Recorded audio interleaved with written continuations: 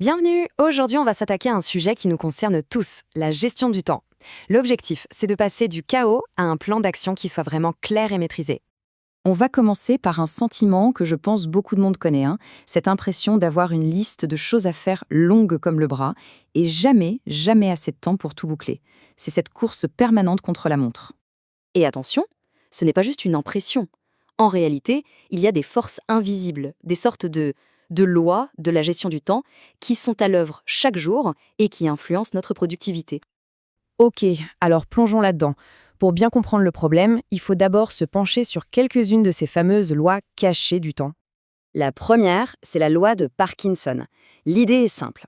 Si on donne une semaine pour faire une tâche qui pourrait prendre 1 heure, eh bien cette tâche va comme par magie prendre toute la semaine. C'est un peu comme un gaz. Ça s'étend pour remplir tout l'espace disponible. Ensuite, on a la loi de Carlson. Et celle-là, elle est cruciale. Elle nous dit que chaque interruption a un coût caché. Même une toute petite distraction nous oblige à nous reconcentrer. Et au final, la tâche devient plus longue, plus difficile. C'est presque mathématique. Bon, alors face à ça, comment est-ce qu'on peut reprendre le contrôle? Le premier outil qu'on va voir est un vrai changement de perspective. L'idée de base, elle est là.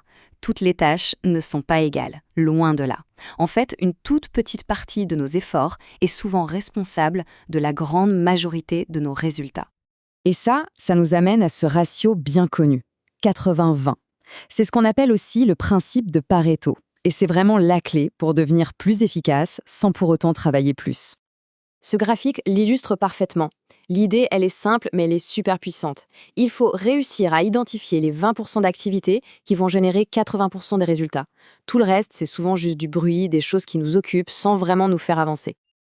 Ok, maintenant, pour bien appliquer ce principe, il faut avoir le bon état d'esprit. Et pour ça, on va s'inspirer du travail de Stephen Covey. L'objectif ici, c'est vraiment de passer d'un mode réactif, où on subit un peu les événements, à un mode intentionnel. Ça veut dire quoi? Ça veut dire être proactif, se concentrer sur ce qu'on peut contrôler. Ça veut dire commencer avec la fin en tête, savoir où on va pour que chaque action ait un sens. Et bien sûr, ça veut dire donner la priorité aux priorités, faire passer ce qui est vraiment important avant ce qui est juste urgent. Très bien, maintenant qu'on a l'état d'esprit, comment on transforme ça en un plan d'action concret au quotidien?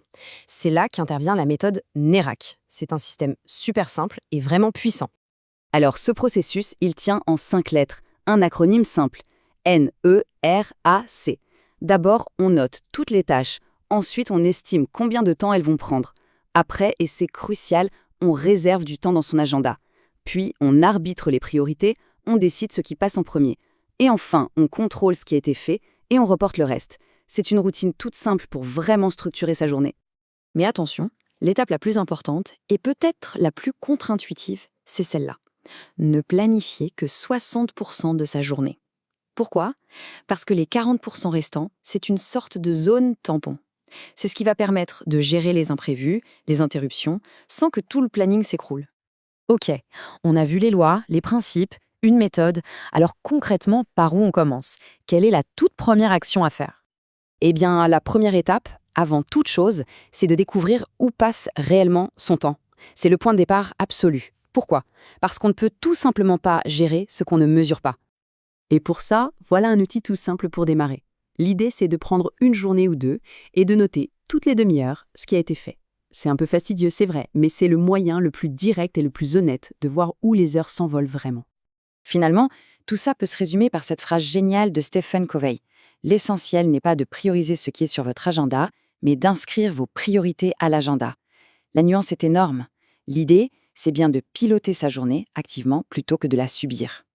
Pour passer du chaos au contrôle, tout commence par un seul petit pas. La question à se poser est donc simple. Quelle est la seule et unique chose qui sera faite différemment demain?